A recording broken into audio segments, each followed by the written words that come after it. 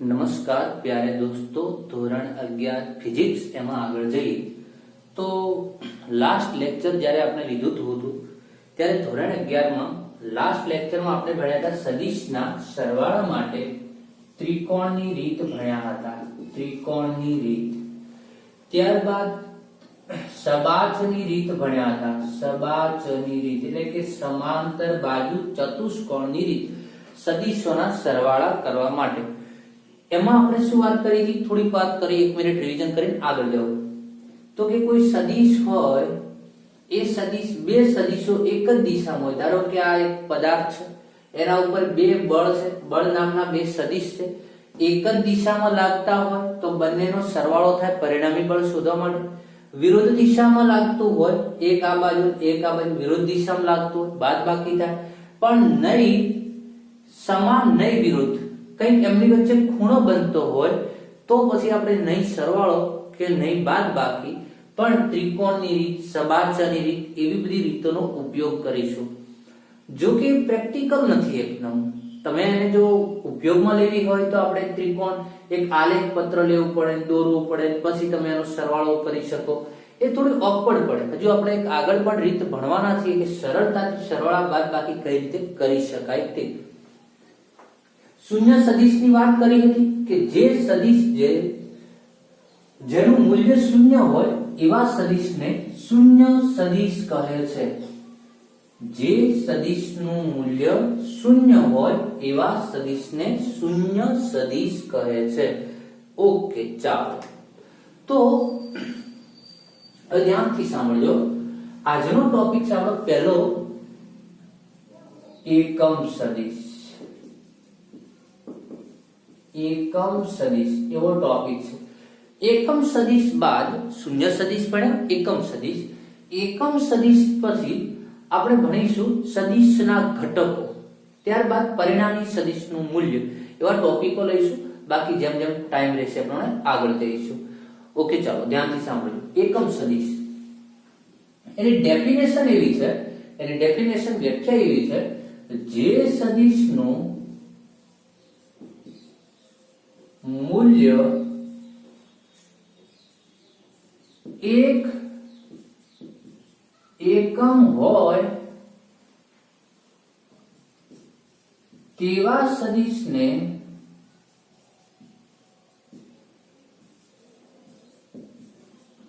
એકમ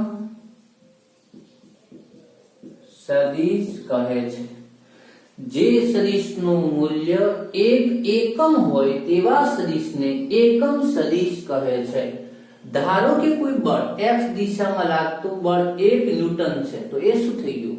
એકમ સદિશ. તો જે સદિશનું મૂલ્ય 1 એકમ હોય એવા સદિશને એકમ સદિશ કહે છે. કોઈ પણ સદિશ હોય એ સદિશનો એકમ સદિશ બનાવી દેવો હોય. ધારો કે મારી પાસે બળ નામનો સદિશ છે, F બરાબર 10 ન્યૂટન નામનો સદિશ છે, 10 ન્યૂટન મૂલ્યનો સદિશ છે F. મારે દિશા એની જ રાખવી છે, પણ એને એક એકમ એટલે કે એકમ સદિશ બનાવી દેવો છે. તો 10 ના મારે 1 બનાવવો હોય તો શું કરવું પડે? 10 વડે ભાગવા પડે. તો શું થયું? સદિશને એના જ મૂલ્ય વડે ભાગી દેવામાં આવે તો એકમ સદિશ બને. કોઈ પણ સદિશનો એ જ દિશાનો એકમ સદિશ બનાવવો હોય તો એ સદિશને એના જ મૂલ્ય વડે ભાગી દેવો પડે. કોઈ સદિશનો તેની જ દિશાનો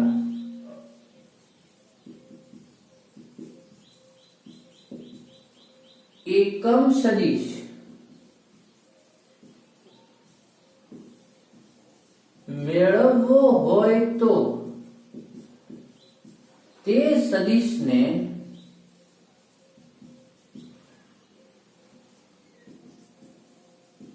તેના મૂલ્ય વડે ભાગવો પડે છે. ઓકે, ચાલો. એકમ સદિશને દર્શાવવા માટે એટલે કે એકમ સદિશને કેરેટ વડે દર્શાવાય છે. કેરેટ કરેલું આ રીતનું છે, ત્રિકોણ જેવું આ રીતે ખૂણા જેવું કરેલું, કેરેટ વડે દર્શાવાય છે. મતલબ આ રીતે ધારો કે r સદિશ છે, એક આપણી જોડે સદિશ છે r છે, એનો મારે એકમ સદિશ બનાવવો છે. તો r ને હવે r કે એરો નહીં કરું, r caret. What mean by r caret? r caret એટલે r ની જ દિશાનો પણ પૂરો આખો સદિશ નહીં, એમાંથી એક એકમ મૂલ્યનો, એટલે એને આપણે r કેરેટ કહ્યું. તો આ રીતે r દિશાનો જ મારે કોઈ સદિશ બનાવવો તો ને r કેરેટ વડે દર્શાવીશ. અને એ r કેરેટ મારે બનાવવો કઈ રીતે? સદિશ મેળવ એકમ સદિશ મેળવવો હોય તો તે સદિશને તેના જ મૂલ્ય વડે ભાગવો પડે છે. તો મારે આ જે સદિશ છે એ સદિશને તેના મૂલ્ય વડે ભાગવો પડે છે. મૂલ્યમાં મેં કહ્યું હતું કે કોઈ સદિશનું તમારે મૂલ્ય દર્શાવવું. ધારો કે r સદિશ છે, માત્ર મારે એનું મૂલ્ય જ લેવું છે, દિશા વિષયમાં નથી પડવું, તો એનું મૂલ્ય દર્શાવવા માટે હું એને ઘાટા અક્ષર વડે દર્શાવું, સોરી ઘાટો નહીં, એટલે સદિશ, તો એને હું એરો વગર દર્શાવીશ, માત્ર r વડે દર્શાવીશ, અથવા તો હું એને માનાંક કરી દઈશ. શું કરી દઈશ ભાઈ? માનાંક કરી દઈશ. તો સદિશ r ભાગ્યા સદિશ r નું મૂલ્ય, તો આ થઈ ગયો r ની દિશાનો એકમ સદિશ, અને શેના વડે દર્શાવાય? r કેરેટ વડે દર્શાવાય. ચાલો, તો આટલી ખબર પડી. ઓકે, આવું કરવાથી ફાયદો શું? આનો ફાયદો એ છે, ધ્યાનથી સાંભળજો. હવે આને આપણે આ r સદિશ દર્શાવતા હતા ને, એને આવી રીતે દર્શાવાય. r સદિશ બરાબર તમે આવું લખી શકો હવે કે r કેરેટ. આમ તો અહીંયા કરતા બનાવ્યો, અહીંયા મૂકી દીધું r સદિશ બરાબર r કેરેટ. આ શું થયું? r શું છે? મૂલ્ય. r કેરેટ એની દિશાનો સદિશ. હવે ધારો કે r નું મૂલ્ય 10 હોય અને એની દિશા જે હોય તે, તો એની દિશા તમે જોડે લઈ લીધી, તો એ 10 એની દિશા પણ આવી ગઈ, જોડે જોડે એનું મૂલ્ય પણ આવી ગયું. મૂલ્ય ગુણ્યા દિશા એટલે જે છે આપણો મૂળ સદિશ બની જાય. તો કોઈ સદિશને મૂલ્ય અને એની દિશાના એકમ સદિશ વડે ગુણીને પણ એને દર્શાવવામાં આવે છે મિત્રો. તો આ વાત ખાસ ધ્યાનમાં રાખજો. હવે આપણે સ્પેશિયલ 3 એકમ સદિશ ભણવા છે. બરાબર, ધ્યાનથી સાંભળો કે r ની દિશાનો એકમ સદિશ હોય તો એને r કેરેટ વડે દર્શાવાય. એ રીતે આપણી જોડે 3 દિશાઓ છે, ફિક્સ કરેલી છે. 3 દિશાઓ છે, x y z. x y અને z.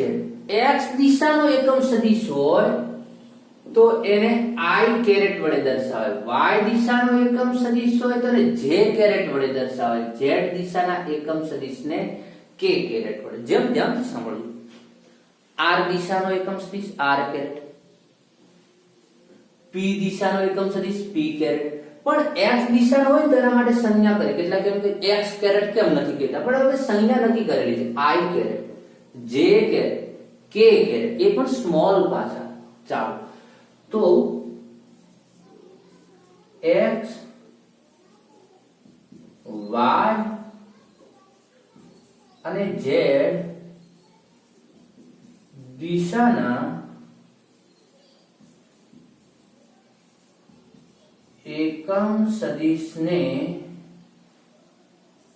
અનુક્રમે એટલે પહેલો લખું તે પહેલાનો, બીજો લખું તે બીજાનો, ઓર્ડર x y અને z દિશાના એકમ સદિશને અનુક્રમે i કેરેટ, j કેરેટ અને k કેરેટ વડે દર્શાવાય છે. i j અને k કેરેટ વડે દર્શાવાય છે.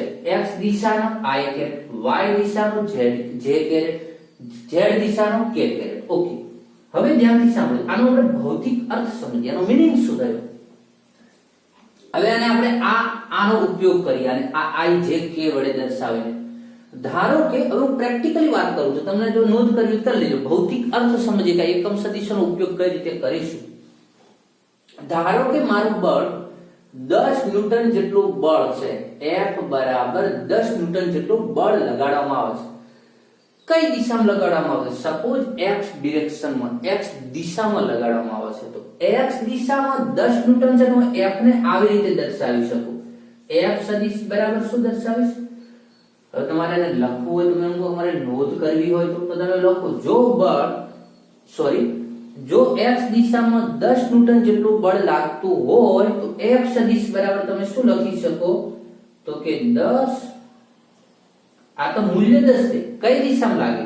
x દિશામાં, i કેરેટ. તો F બરાબર 10 i caret, 10 newton i caret. 10 એકમ તો લખો છે, 10 ન્યૂટન i કેરેટ. કેટલું મૂલ્ય? 10 ન્યૂટન. કઈ દિશામાં? x દિશામાં. ધારો કે 10 ન્યૂટન જેટલું બળ y દિશામાં હોય તો તમે F બરાબર શું લખશો? 10 ન્યૂટન j કેરેટ.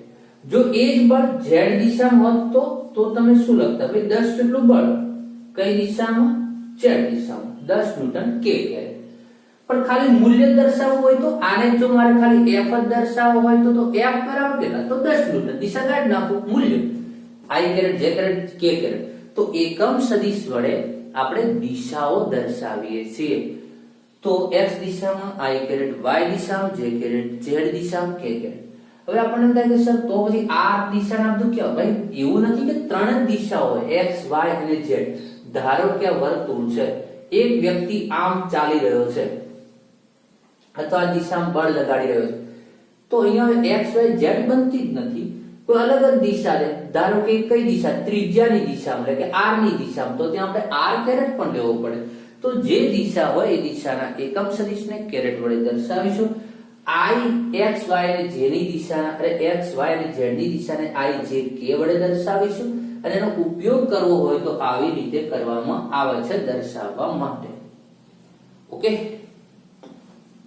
ચાલો. તો આ વાત હતી એકમ સદિશની. ડીપમાં મેં તમને વાત કરી દીધી, પ્રેક્ટિકલી પણ સમજાવી દીધું કે તમે એકમ સદિશ દર્શાવીને કઈ રીતે કોઈ પણ સદિશને દર્શાવી શકો છો. ધારો કે ચલો બીજી વાત કરીએ કે કોઈ 10 ન્યૂટન જેટલું બળ r દિશામાં લાગે છે, તો તમે F બરાબર શું કીધા? કેટલું બળ? 10 ન્યૂટન. કઈ દિશામાં? r દિશા, r કેરેટ. F બરાબર 10 ન્યૂટન r કેરેટ. તો એકમ સદિશનો ઉપયોગ દિશા દર્શાવવા માટે થાય છે. આ વાત બરાબર મગજમાં ક્લિયર કરી રાખજો. આગળ જઈએ મિત્રો. अब हम चलते हैं एकम सदिश के बाद हम जाएंगे घटक पे. चल હવે સદિશોના ઘટક એવો ટોપિક લેવો છે, બરાબર? ધ્યાનથી સાંભળજો.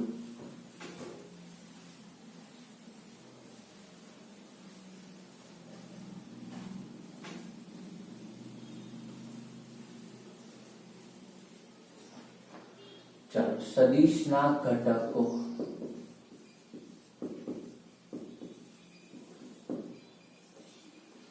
પહેલી વાત, સદિશનો ઘટક એટલે શું?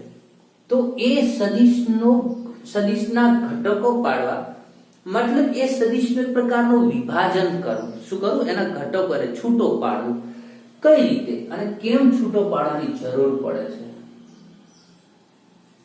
ધારો કે x અને y, x અને y બે દિશાઓ છે. અહીંયા કોઈ એક સદિશ છે. કયો સદિશ છે? ધારો કે a નામનો સદિશ છે. કેટલા ખૂણે રહેલો છે? ધારો કે થીટા જેટલા ખૂણે રહેલો છે.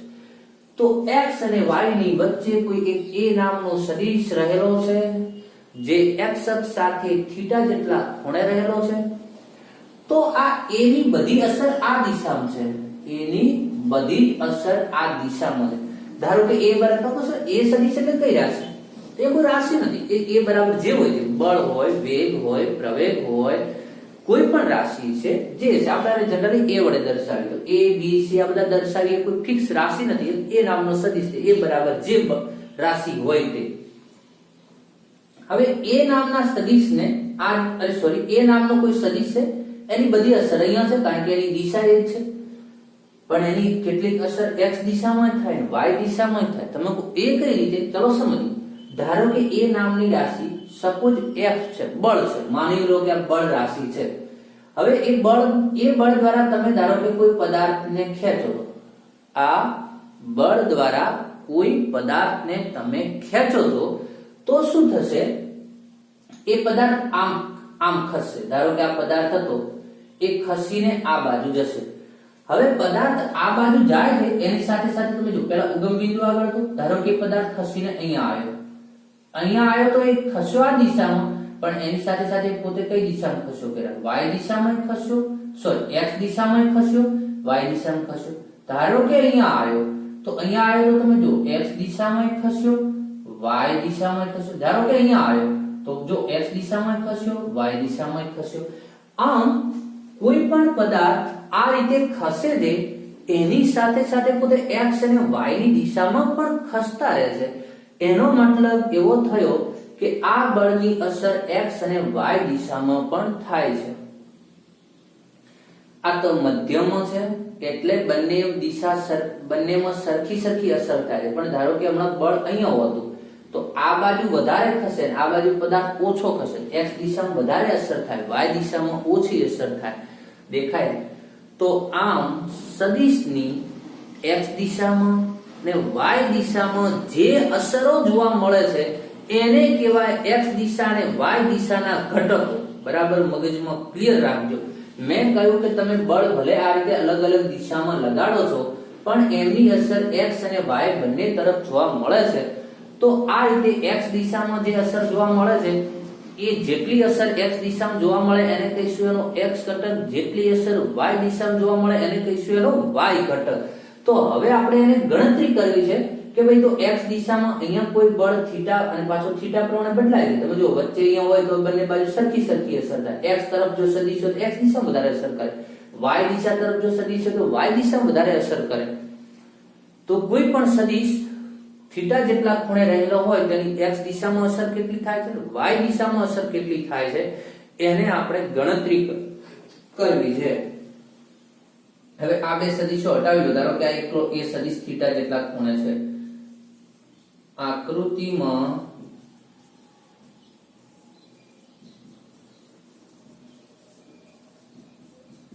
દર્શાવ્યા પ્રમાણે સદિશ એ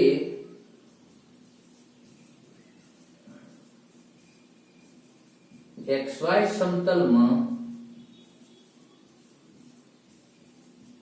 x અક્ષ સાથે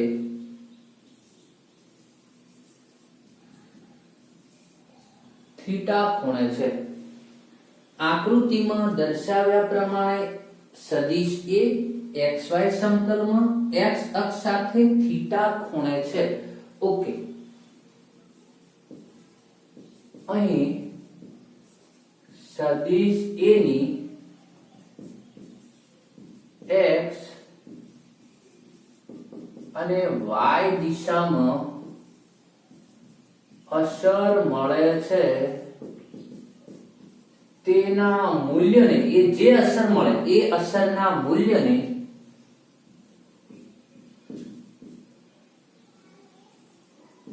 x અને y ઘટક કહેવામાં આવે છે. બરાબર, ધ્યાનથી સાંભળો. a ની x દિશામાં અસર જોવા મળે, કેટલીક y દિશામાં અસર જોવા મળે છે. x દિશામાં અસર જોવા મળે અને y દિશામાં અસર જોવા મળે તો x દિશાની અસરને x ઘટકને, y દિશાની અસરને y ઘટક કહે છે. ઓકે, ચાલો. હવે એ અસર છે કેટલી? જો સદિશ એ x અક્ષ સાથે થીટા કોણ બનાવે તો, જો એ x અક્ષ સાથે થીટા કોણ બનાવતો હોય તો x ઘટકને એ x વડે દર્શાય. સદિશ એ હતો એમાંથી કયો ઘટક? x ઘટક. તો x ઘટકનું મૂલ્ય થશે a cos થીટા. કઈ રીતે આવ્યું, કેમ આવ્યું એ તમારે બહુ પડવાની જરૂર નથી. તો x ઘટક a cos થીટા અને y ઘટક ay બરાબર a sin θ, ax બરાબર a cos θ અને ay બરાબર a sin θ. ઓકે, ખબર પડી ગઈ છે? ચાલો હવે તો આ રીતે ઘટકો બહુ મહત્વનું સૂત્ર છે, યાદ રાખજો. તમને કહી દીધું 10 ન્યૂટન જેટલું બળ x અક્ષ સાથે 30 ના ખૂણે છે, તો x ઘટક અને y ઘટક કેટલો, મતલબ x દિશાની y દિશાની અસર કેટલી. તો જો સદિશ a હોય તો a cos θ, સદિશ f હોય તો f cos θ, y ઘટક બરાબર f cos, જો a છે તો a sin θ, f નામનો સદિશ હોય f sin θ, b નામનો સદિશ હોય b cos θ અને b sin θ. જે સદિશ હોય એના તમે ઘટકો આ રીતે મેળવી શકો છો. ક્યારેક ક્યારેક એવું બને કે હા, તો હવે ધ્યાનથી એક બીજી વાત છે. અહીંયા તમે સદિશ a હતો, એ આમ ધારો કે હોય તો એની કેટલીક અસર x દિશામાં, કેટલીક અસર y દિશામાં, બીજે ક્યાંય થતી નથી. તો તમે ઘટકો લઈ લીધા, a માંથી x ઘટક લઈ લીધો, a માંથી y ઘટક લઈ લીધો, હવે ત્યાં સદિશનું અસ્તિત્વ રહેતું નથી. તો આ સદિશ શેનો બનેલો હતો? અહીં સદિશ a જે હતો એ હતો શેનો બનેલો? તો કે ax i કેરેટ એ y j કેરેટ. તો સર આ ક્યાંથી આવ્યું? a કેરેટ ને j કેરેટ. મેં સદિશ દર્શાવ્યો ને, તો કે આમાં બે ઘટકો છે. કયા? તો કે એક x દિશાનો છે, એક y દિશાનો છે. ખબર પડી કે ના પડી? ઓકે, તો કે x દિશા મૂલ્ય કેટલું? ax બરાબર કેટલું? a cos θ. પણ દિશા કઈ? x દિશા. ay મૂલ્ય કેટલું? a sin θ. દિશા કઈ? y દિશા. તો કે સદિશમાં x ઘટક અને y ઘટક રહેલા છે. હવે ધ્યાનથી સાંભળજો. પણ ચાલો એક કામ કરીએ. અહીંયા હું x અને y ના વર્ગોનો સરવાળો કરું. હવે મારે x અને y ના વર્ગોનો સરવાળો કરવો છે. હવે ax² + ay². કેમ આવું કરીએ? ગણતરી કરવી થોડી. હવે આ તો વાત પતી ગઈ કે કોઈ પણ, તો જો આનો મીનિંગ શું થાય એ પણ થોડું ધ્યાનથી સાંભળો. કોઈ પણ સદિશને એના ઘટકોના સરવાળા સ્વરૂપે દર્શાવી શકાય. a બરાબર axi + ayj, કારણ કે એના ઘટકોનો સરવાળો કરો એટલે મૂળ સદિશ થઈ જાય. b હોય તો bxi + byj, c હોય તો cxi + cyj, f હોય તો fxi + fyj. ખબર પડી કે ત્રણ ઘટકો હોઈ શકો કે જો સદિશ ત્રિરાશીમાં સદિશ હોય તો z ઘટક હોય તો અહીંયા a બરાબર axi + ayj + azk પણ હોઈ શકે છે. હવે અહીંયાથી આપણી વાત પૂરી થઈ ગઈ. અહીંયાથી પછી નવી ગણતરી ચાલુ કરી. હવે ax² + ay². ax² એટલે ax ની કિંમત a cos θ, તો ay² તો a² sin² θ, a² ને કોમન કાઢો, cos² θ sin² θ.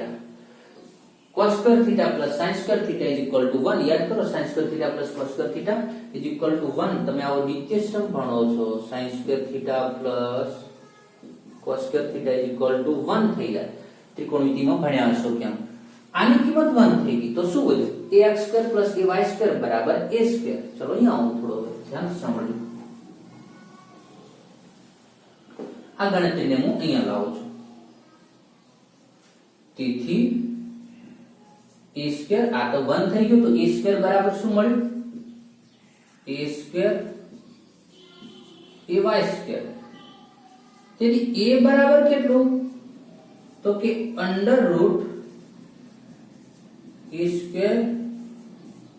a² ay². આ ત્રીજું પરિણામ મળ્યું. એક તો આ પરિણામ યાદ રાખજો, ઘટકો કઈ રીતે પાડવા તે. એક બીજું પરિણામ કે કોઈ પણ સદિશને એના ઘટકોના સરવાળા સ્વરૂપે દર્શાવી શકાય તે. અને ત્રીજું પરિણામ કે કોઈ પણ સદિશના મૂલ્યને આવી રીતે દર્શાવી શકાય. a બરાબર સદિશનું મૂલ્ય બરાબર √ ax² + ay². ધ્યાનથી સાંભળજો. જેટલા કોઈ પણ સદિશ હોય એનું મૂલ્ય તમારે ઘટકો આપ્યા હોય મૂલ્ય નક્કી કરવું હોય. ઘટકો આપ્યા હોય અને મૂલ્ય નક્કી કરવું હોય તો એ વર્ગમૂળમાં એના ઘટકોના વર્ગોના સરવાળા જેટલું થાય છે. ઓકે, તો ઘટકો પરથી સદિશનું મૂલ્ય નક્કી કરવાની રીત છે. હવે બીજી રીત ઉપર જઈએ. ચલો આટલી વાત થઈ ગઈ.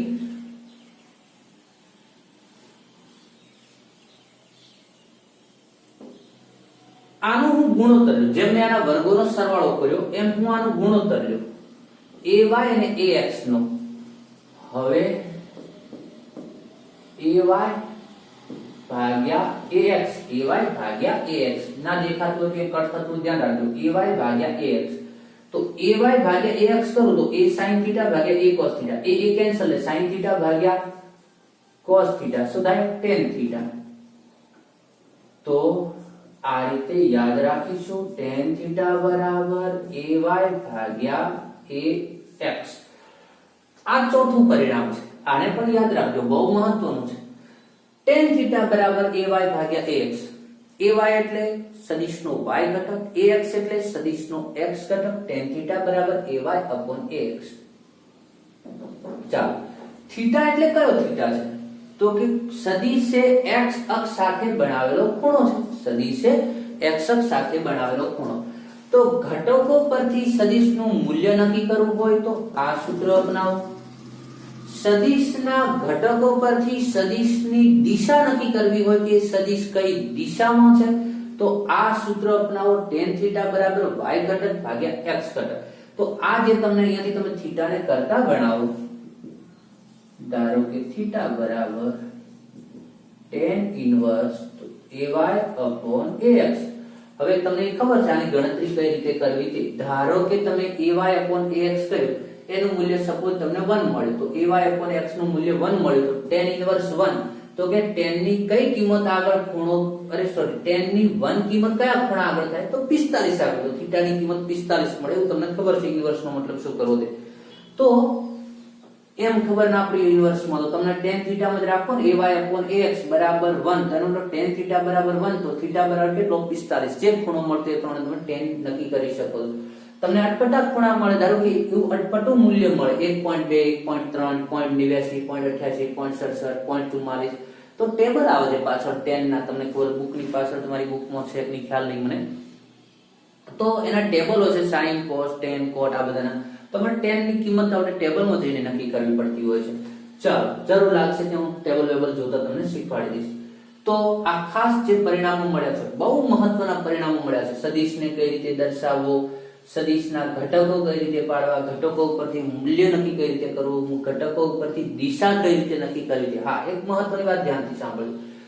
આ રીતે તમે ay upon x કરો છો, જે તમને θ મળે છે એ θ તમને x અક્ષ સાથેનો મળે છે. બહુ મહત્વની વાત છે. પણ તમારે તો ધારો કે θ y અક્ષ સાથેનો જોઈએ, y અક્ષ સાથેનો જોઈએ, તો ઉલટાવી દેવાનું. tan θ બરાબર ax upon ay. ax upon ay, tan θ બરાબર ax upon ay. તો તમને કયો ખૂણો મળશે ભાઈ? y અક્ષ સાથેનો ખૂણો મળશે. કયો? y અક્ષ સાથેનો ખૂણો. તો x અક્ષ સાથેનો ખૂણો જોઈતો હોય તો x ઘટક છેદમાં રાખો, y અક્ષ સાથેનો ખૂણો જોઈતો હોય તો y ઘટકને છેદમાં રાખો. ખબર પડી ગઈ છે? હવે ઉદાહરણ નંબર 1 છે તમારું. કઈક પહેલું જ છે કે એક વરસાદ પડી રહ્યો છે, તો પવન ફૂંકાઈ રહ્યો છે, વરસાદ પડી રહ્યો છે. એ ઉદાહરણ તમારે સોલ્વ કરવાનું છે આ સિદ્ધાંત ઉપર, આ બેઝ ઉપર.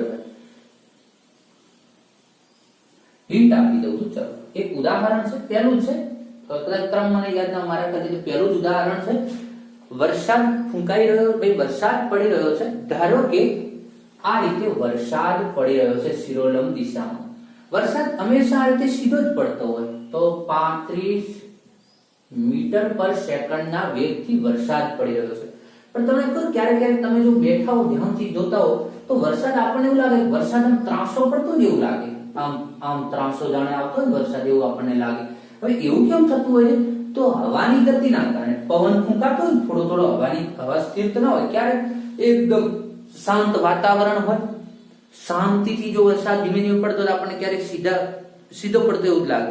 પણ થોડોક તો આપણને ત્રાંસો પડતો, ઘણીવાર એવો જ અનુભવ થાય વરસાદ થોડોક ત્રાંસો પડી રહ્યો છે. એનું રીઝન હોય થોડો પવન ફૂંકાતો હોય એના લીધે.